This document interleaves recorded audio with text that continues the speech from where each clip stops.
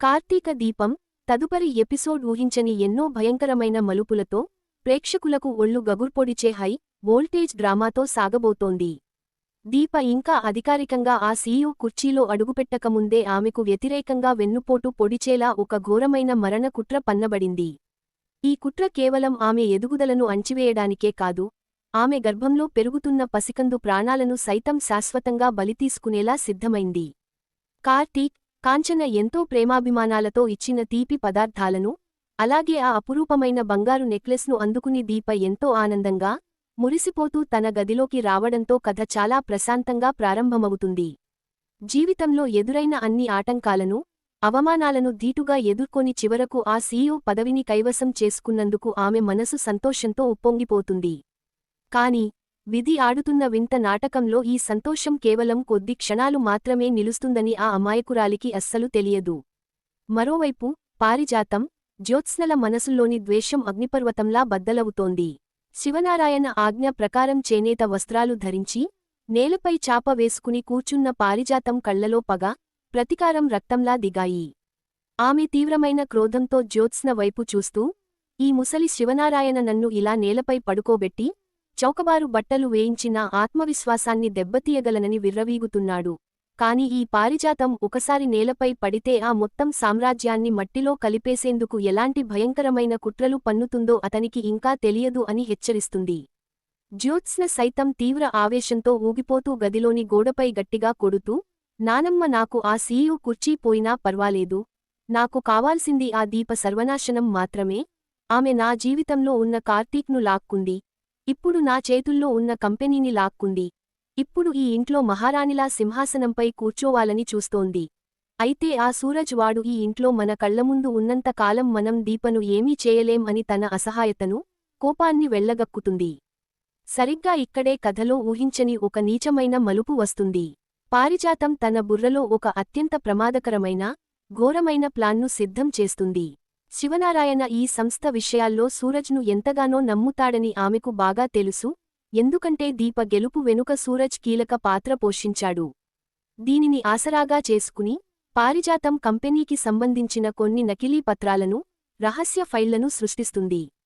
ఆ పత్రాల్లో Suraj company bank ఖాతా నుండి కోట్ల రూపాయల నిధులను అవినీతి మార్గంలో మాయం చేశాడని, ఆ డబ్బుతో దేశం దాటి పారిపోవాలని చూస్తున్నాడని చూపిస్తుంది. అంతేకాదు, కార్తీక్ ఎంతో నమ్మకంతో సూరజ్ కోసం పంపించిన స్వీట్ బాక్స్లో పారిజాతం రహస్యంగా ఒక రకమైన విషాన్ని కలుపుతుంది. ఆ విషం ప్రాణాలు తీయకపోయినా మనిషిని తాత్కాలికంగా పిచ్చివాడిగా మార్చడమే కాకుండా స్పృహ తప్పేలా చేస్తుంది. ఒకవేళ సూరజ్ దొరికిపోతే, తప్పు చేసిన భయంతో అతనే స్వయంగా ఈ విషం తాగాడని లేదా ఇతరులపై నెట్టడానికి ప్రయత్నించాడని నిరూపించి, అతని నమ్మకత్వాన్ని పూర్తిగా నాశనం చేయడమే ఈ రాక్షస జంట ప్లాన్. మరుసటి రోజు ఉదయం కుటుంబ సభ్యులంతా హాల్లో కూర్చుని మాట్లాడుకుంటున్న సమయంలో అక్కడికి సూరజ్ ఎంతో సంతోషంగా వస్తాడు. అయితే సూరజ్ ముందుకు వచ్చి దీపకు అభినందనలు చెప్పేలోపే జ్యోత్స్న ఒక్కసారిగా గట్టిగా అరుస్తూ, ఏడుస్తూ వచ్చి శివనారాయణ కాళ్లపై పడిపోతుంది. ఆమె నకిలీ కన్నీళ్లు పెట్టుకుంటూ, తాతయ్య, మమ్మల్ని రక్షించండి, మీరు ప్రాణం కంటే ఎక్కువగా నమ్మి నెత్తిన పెట్టుకున్న ఈ సూరజ్ మన వెన్నుపోటు పొడిచాడు, మన నమ్మకాన్ని నట్టేట ముంచాడు అని నాటకం ఆడుతుంది. శివనారాయణ తీవ్ర కోపంతో, ఏమిటి ఈ పిచ్చి వాగుడు జ్యోత్స్న, అసలు ఏం జరిగిందో స్పష్టంగా చెప్పు అని గద్దిస్తాడు. అప్పుడే పారిజాతం ఆ నకిలీ పత్రాలను శివనారాయణ ముందు విసిరికొడుతుంది. కార్తీక్ ఆ పత్రాలను చూడగానే ఒక్కసారిగా షాక్కు గురవుతాడు. ఆ కాగితాల ప్రకారం కొత్త సీఈఓ బాధ్యతలు స్వీకరించే ముందే సూరజ్ కంపెనీల నుండి మొత్తం నగదును మాయం చేసినట్లు స్పష్టంగా ఉంటుంది. సూరజ్ తీవ్ర దిగ్భ్రాంతికి లోనై, ఇదంతా అబద్ధం, నేను అలాంటి తప్పుడు పని ఎప్పటికీ చేయను, వీరిద్దరూ నన్ను కావాలనే ఈ కుట్రలో ఇరికించాలని చూస్తున్నారు అని నెత్తినోరు బాదుకుంటాడు. కాని ఆ కుట్ర ఎంత లోతుగా పన్నబడిందంటే, బ్యాంక్ నకిలీ స్టాంపులు, సూరజ్ సంతకాలను పోలిన ఫోర్జరీ సంతకాలు చూసి ఒక్క క్షణం శివనారాయణ మనసులోని నమ్మకం కూడా సడలిపోతుంది. జ్యోత్స్న మరింత ముందుకు వచ్చి, ఇంతే కాదు తాతయ్య, ఈ సూరజ్ మన కంపెనీని పూర్తిగా నాశనం చేయడానికి ఈ దీపను వాడుకున్నాడు, తద్వారా దీప సీఈఓ అయితే ఆమె ద్వారా మొత్తం కంపెనీని తన వశం చేసుకోవచ్చని ప్లాన్ వేశాడు అని అంటుంది. కాని ఈ నాటకంలో అసలైన పేలుడు సుమిత్ర అక్కడికి వచ్చినప్పుడు జరుగుతుంది. సుమిత్ర కళ్లలో ఇప్పుడు తన కన్నకూతురు జ్యోత్స్నపై తీవ్రమైన అనుమానం, అసహ్యం కనిపిస్తాయి. నిన్న రాత్రి శివనారాయణతో మాట్లాడిన మాటలను ఆమె మనసులో గుర్తు చేసుకుంటుంది. తన కూతురైనా సరే తప్పు చేస్తే క్షమించవద్దని ఆమె భావిస్తుంది. సుమిత్ర గంభీరంగా ముందుకు వచ్చి ఆ నకిలీ పేపర్లను తన చేతిలోకి తీసుకుంటుంది. ఆమె జ్యోత్స్న కళ్లలోకి నిశితంగా, నేరుగా చూస్తూ, జ్యోత్స్న, ఒకవేళ ఈ పేపర్లు అబద్ధం అని తేలితే సూరజ్ను ఇరికించడానికి నువ్వు, పారిజాతం కలిసి ఈ నీచమైన కుట్ర పన్నారని రుజువైతే గుర్తుంచుకో, ఈ ఇంట్లో ఇదే నీకు చివరి రోజు అవుతుంది. నేనే స్వయంగా నిన్ను ఈ ఇల్లు దాటించి బయటకు గెంటేస్తాను అని సింహంలా గర్జిస్తుంది. సుమిత్ర నోటి నుండి వచ్చిన ఆ మాటలకు జ్యోత్స్న కాళ్ల కింద భూమి ఒక్కసారిగా కదిలిపోతుంది. ఒకవేళ నిజం బయటపడితే తాను సుమిత్ర కన్నకూతురు కాదనే అసలు రహస్యం ఎక్కడ బయటపడి రోడ్డున పడాల్సి వస్తుందో అని ఆమె గుండెల్లో రైళ్లు పరిగెడతాయి. ఈ తీవ్రమైన గందరగోళం, అరకడవల మధ్య గర్భవతి అయిన దీపకు అకస్మాత్తుగా తల తిరిగినట్లు అయి మైకం కమ్ముతుంది. కార్తీక్ వెంటనే కంగారుగా దీపను పట్టుకొని సంభాలిస్తాడు. కాంచన తీవ్ర ఆందోళనతో అరుస్తూ, నేను ముందే చెప్పాను, దీప ఉన్న ఈ గర్భవతి స్థితిలో ఆఫీస్ బాధ్యతలు మోయడం లేదా ఈ ఇంటి మానసిక ఒత్తిడిని భరించడం అస్సలు మంచిది కాదు. నా బిడ్డకు లేదా పుట్టబోయే పాపకు ఏదైనా జరిగితే నేను ఈ ఇంట్లో ఎవరినీ క్షమించను అని హెచ్చరిస్తుంది. కార్తీక్ కూడా దీప చేతిని పట్టుకుని, దీప, నువ్వు ఇక్కడి నుండి పదా, నువ్వు ఈ గొడవల్లో పడాల్సిన అవసరం లేదు అని బలవంతం చేస్తాడు. కాని దీప ఇప్పుడు పాత దీప కాదు, ఒక సామ్రాజ్యానికి కాబోయే సీఈఓ. అన్యాయాన్ని చూస్తూ వెనక్కి తగ్గడానికి ఆమె అస్సలు ఒప్పుకోదు. ఆమె ఆ నకిలీ పత్రాలను చాలా నిశ్చితంగా, సూక్ష్మంగా పరిశీలించి పారిజాతం తొందరపాటులో చేసిన ఒక అతిపెద్ద బ్లెండర్ తప్పును కనిపెడుతుంది.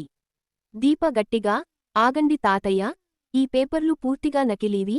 ఇందులో రాసి ఉన్న తేదీన సూరజ్ నాతో కలిసి బ్యాంక్ అధికారిక పని మీద చాలా దూరంలో ఉన్నాడు. దానికి సంబంధించిన పూర్తి సీసీటీవీ ఫుటేజ్ ఆధారాలు నా దగ్గర భద్రంగా ఉన్నాయి. ఇక ఈ సంతకాల విషయానికి వస్తే సూరజ్ ఎప్పుడు తన సంతకం కింద ఒక చిన్న చుక్క పెడతాడు.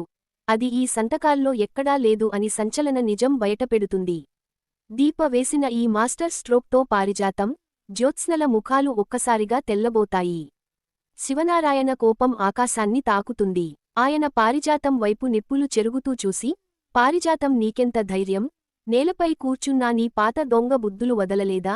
ఇప్పుడు నీకు నేను వేసే శిక్ష మరింత ఘోరంగా ఉంటుంది అని గర్జిస్తాడు. కానీ కథ ఇక్కడితో ముగియదు. అసలైన షాకింగ్ ట్విస్ట్ ఇప్పుడే రాబోతోంది.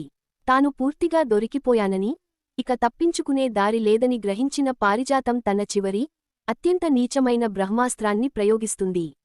ఆమె అకస్మాత్తుగా పిచ్చిదానిలా అరుస్తూ, అవును, నేనే ఇదంతా చేశాను, కాని ఈ ఇంటి మేలు కోసమే చేశాను. మీరంతా నన్ను గనుక ఈ ఇంటి నుండి వెళ్లగొడితే, ఈ వంశం పునాదులనే కదిలించే ఆ పరమ రహస్యాన్ని ఈరోజు అందరి ముందు బట్టబయలు చేస్తాను అని బ్లాక్ మెయిల్ చేస్తుంది. ఇప్పటివరకు మౌనంగా ఉన్న దశరథ్ ఆ మాట వినగానే ఒక్కసారిగా వణికిపోతాడు. పారిజాతం ఏ నిజం గురించి మాట్లాడుతుందో అతనికి బాగా అర్థమవుతుంది. అదే జ్యోత్స్న వాళ్ల కన్నకూతురు కాదని, చిన్నప్పుడే దీప, జ్యోత్స్నలను ఆసుపత్రిలో మార్చేశారనే చేదు నిజం. దశరథ్ భయంతో వెంటనే గట్టిగా, చాలు ఆపండి అత్తయ్యగారు, మీ నోటికి తాళం వేయండి అని అరుస్తాడు. కానీ సుమిత్రకు వారి ముఖాల్లోని భయం, గుట్టు స్పష్టంగా కనిపిస్తుంది. సుమిత్ర పట్టుదలతో ముందుకు వచ్చి, ఏ నిజం పారిజాతం, నువ్వు దాస్తున్న ఆ రహస్యం ఏంటి? ఈరోజు నువ్వు అది చెప్పాల్సిందే అని గద్దిస్తుంది.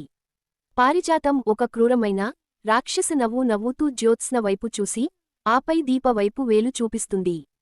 కాని ఆమె ఆ నిజాన్ని పూర్తిగా నోటి నుండి బయట పెట్టేలోపే, జ్యోత్స్న భయంతో అకస్మాత్తుగా పెద్దగా ఏడవడం మొదలుపెట్టి, తనకు కళ్ళు తిరుగుతున్నట్లు నటించి నేలపై పడిపోతుంది. తద్వారా ఆ నిజాన్ని చెప్పకుండా పారిజాతాన్ని అక్కడితో ఆపేస్తుంది. ఎపిసోడ్ యొక్క అతి పెద్ద మరియు భయంకరమైన క్లిఫ్ హ్యాంగర్ రాత్రి చీకటిలో వస్తుంది. పారిజాతం మోకాళ్లపై కూర్చుని పగతో, కక్షతో రగిలిపోతూ ఉంటుంది. దీప బిడ్డ గనుక ఈ లోకంలోకి అడుగుపెడితే మొత్తం ఆస్తి, ఈ కుటుంబం దీప వశమవుతుందని, అప్పుడు జ్యోత్స్న రోడ్డున పడుతుందని ఆమె క్రూరంగా ఆలోచిస్తుంది. ఆమె మెల్లగా లేచి ఎవరూ లేని సమయంలో కిచెన్ వైపు వెళుతుంది. అక్కడ దీప కోసం కాచి ఉంచిన వేడి పాలు సిద్ధంగా ఉంటాయి. పారిజాతం తన శైలిలోని కపటత్వాన్ని ప్రదర్శిస్తూ ఆ పాలలో దీప కడుపులోని బిడ్డపై నేరుగా, తక్షణ ప్రభావం చూపే ఒక ప్రమాదకరమైన విష పదార్థాన్ని కలుపుతుంది. ఆమె రాక్షసంగా నవ్వుకుంటూ, దీప, నువ్వు నా మనవరాలి సీఈఓ కుర్చీని లాక్కున్నావు కదా, ఇప్పుడు నేను నీ సర్వస్వాన్ని, నీ భవిష్యత్తును లాక్కుంటాను. ఈ బిడ్డ పుట్టడు, నువ్వు ఈ ఇంటికి రాణివి కాలేవో అని మనసులో అనుకుంటుంది. మరుసటి రోజు ఉదయం సీన్లో దీప ఎంతో ప్రశాంతంగా ఆ పాల గ్లాస్ తీసుకుని పెదవుల దగ్గరకు చేర్చి తాగబోతుండగా వెనుక నుండి చిన్నారి శౌర్య ఆడుకుంటూ పరిగెత్తుకుంటూ వస్తుంది. ఊహించని విధంగా శౌర్య దీపను ఢీకొట్టడంతో దీప చేయి తగిలి ఆ పాల గ్లాస్ చేతిలో నుండి జారి కింద పడి ముక్కలు ముక్కలుగా పగిలిపోతుంది. కాని అప్పుడే అక్కడ ఉన్న పెంపుడు కుక్క కింద ఒలికిన ఆ పాలను ఆశగా నాకుతుంది. పాలు నాకిన కొన్ని క్షణాల్లోనే ఆ మూగజీవి శరీరం గజగజ వణికిపోయి వెలవెలాడిపోతూ అక్కడికక్కడే ప్రాణాలు విడుస్తుంది. ఇది చూసి దీప, కార్తీక్, సుమిత్రల మైండ్ పూర్తిగా బ్లాక్ అయిపోతుంది. సుమిత్ర కోపంతో, ఆవేశంతో వణికిపోతూ, ఈ ఇంట్లో ఉన్నది బయటి శత్రువు కాదు, మన మధ్యే తిరుగుతున్న ఇంటి సభ్యుడే దీపను, ఆమె కడుపులోని బిడ్డను చంపాలని చూస్తున్నాడని అందరి ముందు గట్టిగా